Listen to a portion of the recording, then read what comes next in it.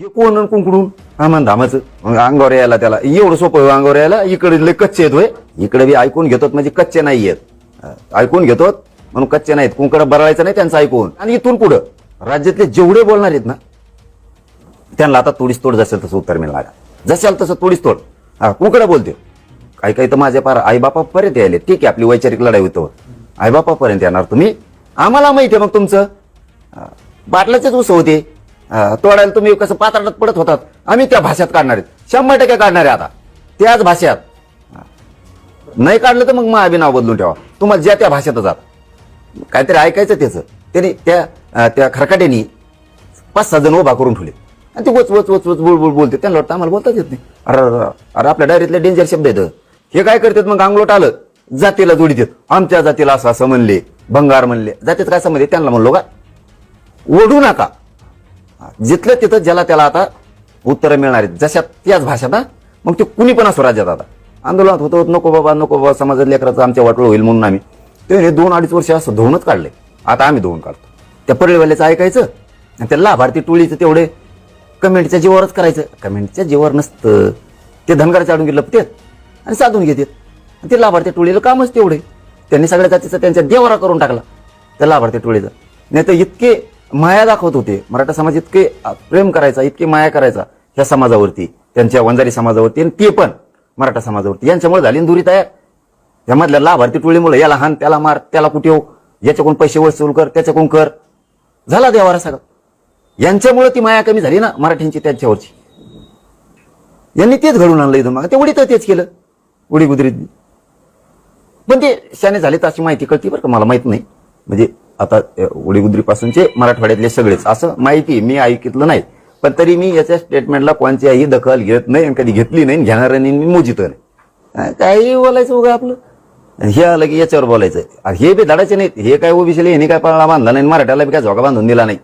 आलेले बी आपल्या जनतेला कळा ना काही ओबीसीला आणि मराठ्याला उगाच झुंजतो आपण दोघांनी मिळून, ओबीसी आणि मराठा यांनी सगळ्यांनी मिळून सरकार विरुद्ध झुंजलं पाहिजे.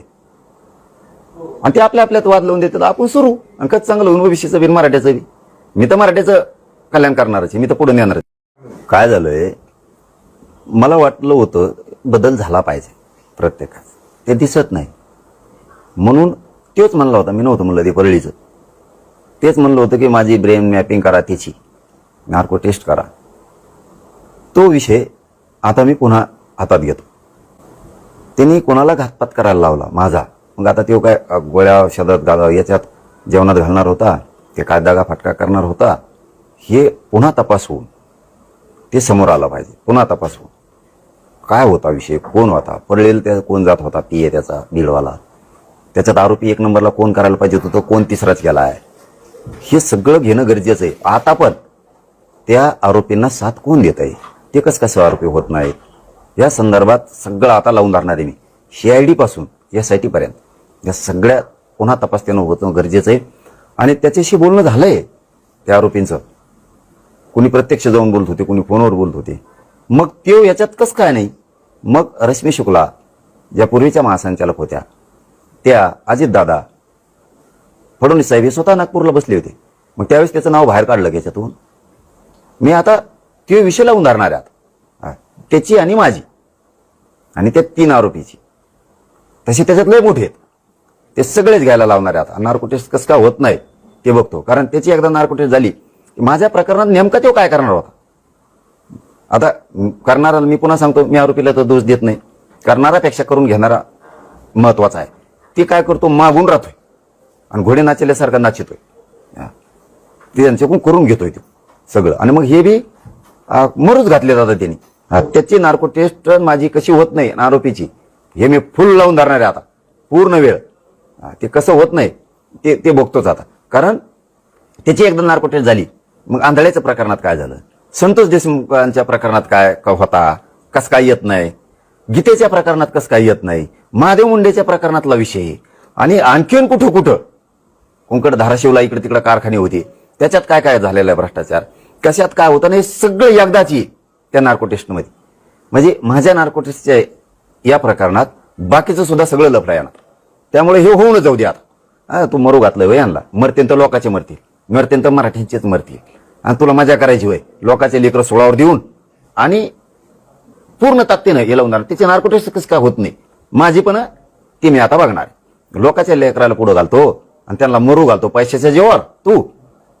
आणि तोच लोक कोणचा पीए येतो तो हा कोणचा प्रवक्ता आहे हे सोबत हिंडत येत. कशा माहित्या पुरवित येत, कशा खोट्या बातम्या मग त्या युट्यूबला दाखवल्या जात्यात. कोण कोण भेटतं संभाजीनगरला, मंत्रालयात कोण कोण भेटतं, खाऊ गल्लीत कोण भेटतं, पुण्यात कोण भेटतंय हे सुद्धा यांनी शिकून म्हणजे ब्रेन वॉश केलंय. आणि ब्रेन वॉश करून आरोप करायला लावायचे आणि त्यांच्या हातातून वाईट कृत्य करून घ्यायचे. हे काम बीड पासून लातूर पासून हे सगळेजण करून घेत आहेत वाईट काम हातातून. मग करून घेणारे सुद्धा हे 6 रुपये झाले पाहिजेत ना. ते जातीचे कोणचे असू, भले ते मराठीचे असू, नाही तर ओबीसीचे असू, नाही तर कोणाचे असू.